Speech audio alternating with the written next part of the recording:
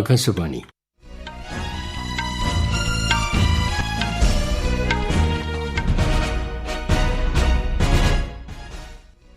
നമസ്കാരം. വാർത്തകൾ വായിക്കുന്നത് തുളസീദാസ് പരമേശ്വരൻ. പ്രധാന വാർത്തകൾ. കേരളത്തിൽ ലോക്സഭാ തെരഞ്ഞെടുപ്പിനുള്ള പ്രചാരണം ആവേശകരമായി പുരോഗമിക്കുന്നു.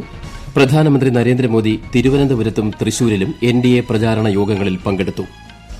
കോൺഗ്രസ് നേതാവ് രാഹുൽ ഗാന്ധിയുടെ പ്രചാരണം വയനാട്, കോഴിക്കോട് ജില്ലകളിൽ. മുഖ്യമന്ത്രി പിണറായി വിജയൻ തൃശൂരിൽ എൽഡിഎഫ് പ്രചാരണ യോഗങ്ങളെ അഭിസംബോധന ചെയ്തു. മുതിർന്ന പൌരന്മാർക്കും ഭിന്നശേഷിക്കാർക്കുമുള്ള പോസ്റ്റൽ ബാലറ്റ് വോട്ടിംഗ് കുറ്റമറ്റ രീതിയിൽ നടത്താൻ ക്രമീകരണങ്ങൾ ഉറപ്പാക്കണമെന്ന് മുഖ്യ തെരഞ്ഞെടുപ്പ് ഓഫീസർ സഞ്ജയ് കൌൾ.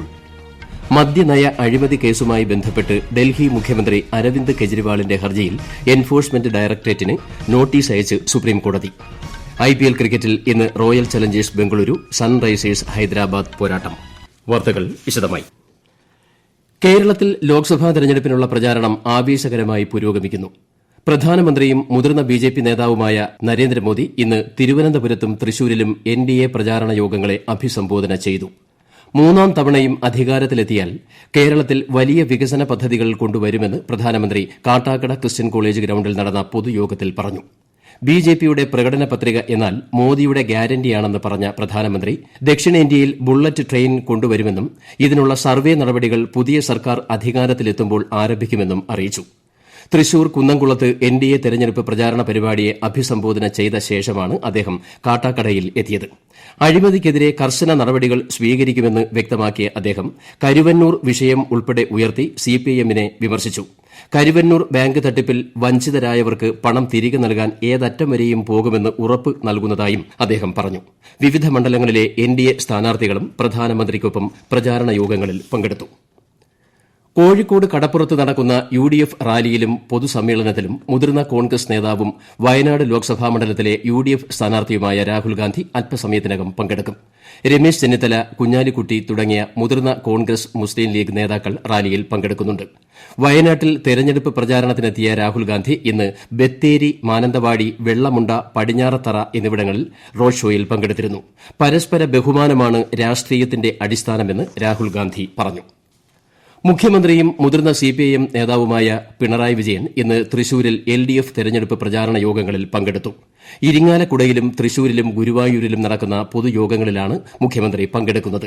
ബിജെപിക്കും എൻഡിഎ സർക്കാരിനുമെതിരെ രൂക്ഷ വിമർശനമാണ് മുഖ്യമന്ത്രി ഉന്നയിച്ചത്. ഇടതുമുന്നണിയുടെ തെരഞ്ഞെടുപ്പ് പ്രചാരണ യോഗങ്ങളിൽ പ്രകാശ് കാരാട്ട്, വൃന്ദ കാരാട്ട്, സുഭാഷിണി അലി തുടങ്ങിയ സിപിഐഎം ദേശീയ നേതാക്കളും ഇന്ന് പങ്കെടുത്തു. സിപിഐ ദേശീയ ജനറൽ സെക്രട്ടറി ഡി രാജ ഇന്ന് തിരുവനന്തപുരം മണ്ഡലത്തിൽ എൽഡിഎഫ് പ്രചാരണ യോഗത്തിൽ പങ്കെടുത്തു. വോട്ടർമാരെ സ്വാധീനിക്കുന്നതിനുള്ള പണം ഉൾപ്പെടെയുള്ള സാധന സാമഗ്രികൾ പിടിച്ചെടുക്കുന്നതിൽ ചരിത്ര നേട്ടവുമായി തെരഞ്ഞെടുപ്പ് കമ്മീഷൻ. എൻഫോഴ്സ്മെന്റ് അധികൃതർ ഇതുവരെ 4650 കോടി രൂപ മൂല്യം വരുന്ന പണം ഉൾപ്പെടെയുള്ള സാധന സാമഗ്രികൾ പിടിച്ചെടുത്തതായി തെരഞ്ഞെടുപ്പ് കമ്മീഷൻ അറിയിച്ചു. 3475 കോടിയുടെ പിടിച്ചെടുക്കലാണ് 2019 പൊതു തെരഞ്ഞെടുപ്പ് കാലത്ത് നടന്നത്. ഇത്തവണ പിടിച്ചെടുത്തവയിൽ 45% മയക്കുമരുന്നുകളാണ്. മുതിർന്ന പൌരന്മാർക്കും ഭിന്നശേഷിക്കാർക്കുമുള്ള പോസ്റ്റൽ ബാലറ്റ് വോട്ടിംഗ് കുറ്റമറ്റ രീതിയിൽ നടത്താൻ ആവശ്യമായ ക്രമീകരണങ്ങൾ ഉറപ്പാക്കണമെന്ന് മുഖ്യ തെരഞ്ഞെടുപ്പ് ഓഫീസർ സഞ്ജയ് കൌൾ. കണ്ണൂർ, കാസർഗോഡ്, കോഴിക്കോട്, വയനാട് ജില്ലകളിലെ തെരഞ്ഞെടുപ്പ് ഒരുക്കങ്ങൾ വിലയിരുത്തുന്നതിനായി കണ്ണൂരിൽ ചേർന്ന യോഗത്തിൽ സംസാരിക്കുകയായിരുന്നു അദ്ദേഹം. പോസ്റ്റൽ ബാലറ്റിന് അപേക്ഷിച്ച അർഹതപ്പെട്ട എല്ലാവരെയും വിവരം അറിയിക്കണം.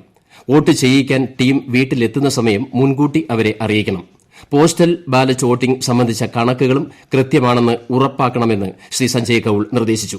വോട്ട് ചെയ്യാനെത്തുന്ന വോട്ടർക്ക് പോളിംഗ് ബൂത്തിൽ ആവശ്യമായ സൌകര്യങ്ങൾ ഒരുക്കുകയും ഇക്കാര്യം പരമാവധി ജനങ്ങളിൽ എത്തിക്കുകയും വേണം. പോളിംഗ് ദിവസം കടുത്ത ചൂട് ആയിരിക്കുമെന്നാണ് പ്രതീക്ഷിക്കുന്നത്. അതിനാൽ എല്ലാ ബൂത്തുകളിലും വെയിൽ കൊള്ളാതെ വരി നിൽക്കാൻ കഴിയുന്ന സൌകര്യം ഒരുക്കണമെന്നും അദ്ദേഹം പറഞ്ഞു. കേരളത്തിൽ ലോക്സഭാ തെരഞ്ഞെടുപ്പിൽ 85 വയസ്സ് പിന്നിട്ട മുതിർന്ന വോട്ടർമാർക്കും ഭിന്നശേഷി വിഭാഗത്തിൽപ്പെട്ടവർക്കും വീട്ടിലെത്തി വോട്ട് രേഖപ്പെടുത്തുന്ന നടപടിക്ക് തുടക്കമായി. അസന്നിഹിത വോട്ടർ വിഭാഗത്തിൽപ്പെടുത്തിയാണ് ഇവർക്ക് വീട്ടിൽ തന്നെ വോട്ട് ചെയ്യിക്കുന്നതിനുള്ള സൌകര്യം തെരഞ്ഞെടുപ്പ് കമ്മീഷൻ ഒരുക്കിയിരിക്കുന്നത്. ആദ്യഘട്ടം ഇന്നു മുതൽ ഏപ്രിൽ 19 വരെയാണ്.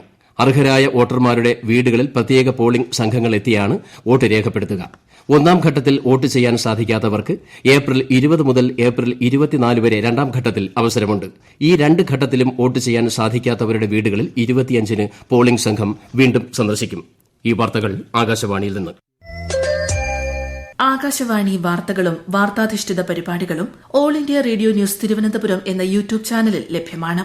കൂടുതൽ വാർത്തകൾക്കായി @all India radio news Thiruvananthapuram എന്ന ഫേസ്ബുക്ക് പേജും @ARnews_TVM എന്ന എക്സ് ഹാൻഡിലും സന്ദർശിക്കാം. മദ്യനയ അഴിമതി കേസിൽ ഇഡി നടപടിക്കെതിരായ ഡൽഹി മുഖ്യമന്ത്രി അരവിന്ദ് കെജ്രിവാളിന്റെ ഹർജിയിൽ എൻഫോഴ്സ്മെന്റ് ഡയറക്ടറേറ്റിന് നോട്ടീസ് അയച്ച് സുപ്രീംകോടതി. ജസ്റ്റിസുമാരായ സഞ്ജീവ് ഖന്നയും ദീപാങ്കർ ദത്തയും ഉൾപ്പെട്ട ബെഞ്ചാണ് കേസ് പരിഗണിച്ചത്. ഇഡി മറുപടി ലഭിക്കാതെ ഇടക്കാല ജാമ്യ ആവശ്യം പരിഗണിക്കാനാവില്ലെന്നും കോടതി പറഞ്ഞു. കേസ് ഈ മാസം 29-ന് സുപ്രീംകോടതി വീണ്ടും പരിഗണിക്കും. ഇതേസമയം അരവിന്ദ് കെജ്രിവാളിന്റെ judicial custody Delhi Rose Avenue കോടതി ഈ മാസം 23 വരെ നീട്ടി.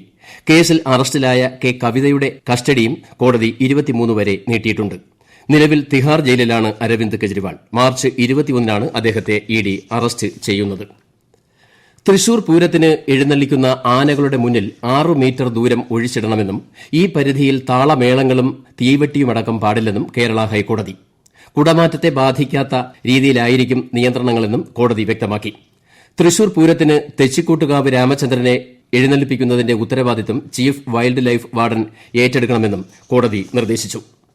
പ്രസിദ്ധമായ കൊല്ലം പൂരം ആശ്രാമ മൈതാനത്ത് പുരോഗമിക്കുന്നു. പൂരത്തിന്റെ ഉദ്ഘാടനം മന്ത്രി KN ബാലഗോപാൽ നിർവഹിച്ചു. മതേതരമായ സംഗമമാണ് കൊല്ലം പൂരമെന്ന് മന്ത്രി പറഞ്ഞു. താമരക്കുളം മഹാഗണപതിയും പുതിയകാവ് ഭഗവതിയും മുഖാമുഖം നിന്നുള്ള കുടമാറ്റത്തിൽ ഇരുഭാഗത്തും 11 ആനകൾ വീതമാണ് അണിനിരക്കുന്നത്. കേരളത്തിൽ ഇടവിട്ടുള്ള മഴ കാരണം ഡെങ്കിപ്പനി ഉൾപ്പെടെയുള്ള കൊതുകുജന്യ രോഗങ്ങൾ വർദ്ധിക്കാൻ സാധ്യതയുണ്ടെന്നും ജനങ്ങൾ ജാഗ്രത പാലിക്കണമെന്നും മന്ത്രി വീണ ജോർജ്. ഡെങ്കിപ്പനി, ചിക്കൻഗുനിയ, മലേറിയ, ഫൈലേറിയസിസ്, സിക്ക തുടങ്ങിയ ഗുരുതര രോഗങ്ങൾ കൊതുക് വഴി പടരാൻ സാധ്യതയുണ്ട്. അതിനാൽ കൊതുകിന്റെ ഉറവിട നശീകരണത്തിന് പ്രാധാന്യം നൽകണം. വീടിനകത്തും പുറത്തും വെള്ളം കെട്ടിനിൽക്കാൻ അനുവദിക്കരുതെന്നും മന്ത്രി പറഞ്ഞു. കൊതുക് കടി ഏൽക്കാതിരിക്കാൻ മുൻകരുതലുകൾ സ്വീകരിക്കണം. മഴക്കാല പൂർവ്വ ശുചീകരണ പ്രവർത്തനങ്ങൾ കൂടുതൽ ശക്തമാക്കാനും മന്ത്രി നിർദ്ദേശം നൽകി. അവധിക്കാലം ആഘോഷിക്കുവാനായി സംസ്ഥാനത്തെ വിനോദസഞ്ചാര കേന്ദ്രങ്ങളിൽ എത്തുന്നവരുടെ എണ്ണം കൂടിവരുന്നു. വേനൽ ചൂടിൽ നിന്ന് ആശ്വാസം തേടി വൈകുന്നേരങ്ങളിൽ സഞ്ചാരികൾ കൂട്ടത്തോടെ ബീച്ചുകളെ ആശ്രയിക്കുന്ന പ്രവണതയും കൂടിവരികയാണ്. ആകാശവാണി കണ്ണൂർ ജില്ലാ പ്രതിനിധി KO ശശിധരൻ തയ്യാറാക്കിയ റിപ്പോർട്ടിലേക്ക്. സംസ്ഥാനത്ത് ഏറ്റവും നീളമേറിയ കടൽത്തീരമുള്ള കണ്ണൂർ ജില്ലയിലെ 10ഓളം ബീച്ചുകളിൽ വിനോദസഞ്ചാരികൾ എത്തുന്നുണ്ട്. ഏഷ്യയിലെ ഏറ്റവും നീളമേറിയ ഡ്രൈവിൻ ബീച്ചായ മുഴപ്പിലങ്ങാട് ബീച്ചിലും കണ്ണൂർ നഗരത്തോട് ചേർന്ന് നിൽക്കുന്ന പയ്യാമ്പലം ബീച്ചിലും സമീപ ദിവസങ്ങളിൽ ആയിരക്കണക്കിന് സഞ്ചാരികളാണ്. അടുത്തടുത്ത ദിവസങ്ങളിലെത്തിയ ഈസ്റ്ററും ചെറിയ പെരുന്നാളും വിഷുവുമെല്ലാം സഞ്ചാരികളെ കൂടുതലായി ബീച്ചുകളിലേക്ക് ആകർഷിച്ചു. ജില്ലയിൽ താപനിലയിലുണ്ടായ വർധനവും കടൽത്തീരത്തെ കാറ്റേറ്റ് രസിക്കാൻ തദ്ദേശീയരായവരെ ഉൾപ്പെടെ ബീച്ചുകളിലേക്ക് ആകർഷിച്ചു. വരും ദിവസങ്ങളിലും ബീച്ചുകളിലെ തിരക്ക് വർദ്ധിക്കുമെന്നാണ് വിലയിരുത്തൽ. ഇന്ത്യ ഉസ്ബെക്കിസ്ഥാൻ സംയുക്ത സൈനിക അഭ്യാസമായ ഡെസ്ലിക്കിന്റെ 5ാം പതിപ്പിൽ പങ്കെടുക്കാനായി ഇന്ത്യൻ കരസേനാ സംഘം പുറപ്പെട്ടു. ഈ മാസം 28 വരെ ഉസ്ബെക്കിസ്ഥാനിലെ ടെർമിസിലാണ് സൈനിക അഭ്യാസം നടക്കുന്നത്. ഇന്ത്യൻ സായുധ സേനയിലെ 60 അംഗങ്ങളും ഉസ്ബെക്കിസ്ഥാനിൽ നിന്ന് 100 പേരും പരിപാടിയിൽ പങ്കെടുക്കും. IPL ക്രിക്കറ്റിൽ ഇന്ന് royal Challengers Bengaluru Sunrisers Hyderabad പോരാട്ടം.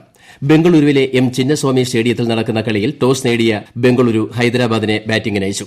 5 കളികളിൽ നിന്ന് 6 പോയിന്റുമായി പട്ടികയിൽ 4ാം സ്ഥാനത്താണ് ഹൈദരാബാദ്. ബംഗളൂരു 10ാം സ്ഥാനത്തും. ISL ഫുട്ബോളിൽ ATK മോഹൻ ബഗാൻ മുംബൈ സിറ്റിയെ നേരിടുന്നു. കൊൽക്കത്ത സാൾട്ട് ലേക്ക് സ്റ്റേഡിയത്തിലാണ് മത്സരം.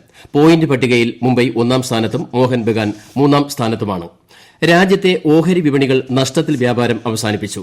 ബോംബെ ഓഹരി സൂചിക സെൻസെക്സ് 845 പോയിന്റ് ഇടിഞ്ഞ് 73,400-ലും ദേശീയ ഓഹരി സൂചിക നിഫ്റ്റി 247 പോയിന്റ് താഴ്ന്ന് 22,273-ലും വ്യാപാരം അവസാനിപ്പിച്ചു. സ്വർണ്ണവില ഉയർന്നു. പവന് 440 രൂപ വർദ്ധിച്ച് 53,640 രൂപയും ഗ്രാമിന് 6,705 രൂപയുമാണ് ഇന്നത്തെ വില. പ്രധാന വാർത്തകൾ വീണ്ടും. കേരളത്തിൽ ലോക്സഭാ തെരഞ്ഞെടുപ്പിനുള്ള പ്രചാരണം ആവേശകരമായി പുരോഗമിക്കുന്നു. പ്രധാനമന്ത്രി നരേന്ദ്രമോദി തിരുവനന്തപുരത്തും തൃശൂരിലും NDA പ്രചാരണ യോഗങ്ങളിൽ പങ്കെടുത്തു. കോൺഗ്രസ് നേതാവ് രാഹുൽ ഗാന്ധിയുടെ പ്രചാരണം വയനാട്, കോഴിക്കോട് ജില്ലകളിൽ. മുഖ്യമന്ത്രി പിണറായി വിജയൻ തൃശൂരിൽ LDF പ്രചാരണ യോഗങ്ങളെ അഭിസംബോധന ചെയ്തു. മുതിർന്ന പൌരന്മാർക്കും ഭിന്നശേഷിക്കാർക്കുമുള്ള പോസ്റ്റൽ ബാലറ്റ് വോട്ടിംഗ് കുറ്റമറ്റ രീതിയിൽ നടത്താൻ ക്രമീകരണങ്ങൾ ഉറപ്പാക്കണമെന്ന് മുഖ്യ തെരഞ്ഞെടുപ്പ് ഓഫീസർ സഞ്ജയ് കൌൾ. മദ്യനയ അഴിമതി കേസുമായി ബന്ധപ്പെട്ട് ഡൽഹി മുഖ്യമന്ത്രി അരവിന്ദ് കെജ്രിവാളിന്റെ ഹർജിയിൽ എൻഫോഴ്സ്മെന്റ് ഡയറക്ടറേറ്റിന് നോട്ടീസ് അയച്ച് സുപ്രീംകോടതി. IPL ക്രിക്കറ്റിൽ ഇന്ന് royal Challengers Bengaluru Sunrisers Hyderabad പോരാട്ടം. വാർത്തകൾ കഴിഞ്ഞു. അടുത്ത വാർത്താ പ്രക്ഷേപണം 8:35-ന്.